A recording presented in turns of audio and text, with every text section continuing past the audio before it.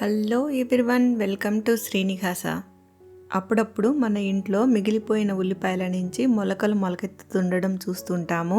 వాటిని చూడగానే ఉల్లిపాయ పారేయటం ఎందుకు, దీన్ని పాతి పెడితే ఇంకో ఉల్లిపాయ వస్తుంది కదా అని అనిపిస్తూ ఉంటుంది.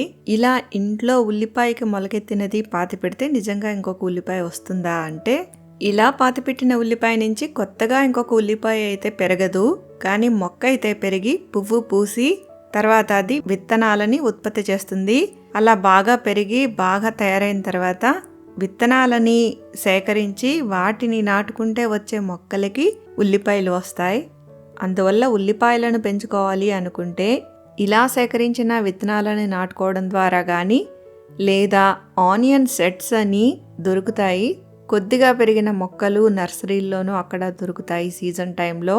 అప్పుడు ఒక గుత్తి ఆనియన్ సెట్స్ని తెచ్చుకుని వాటిని నాటుకున్నా కూడా ఉల్లిపాయలు పెరుగుతాయి చక్కగా.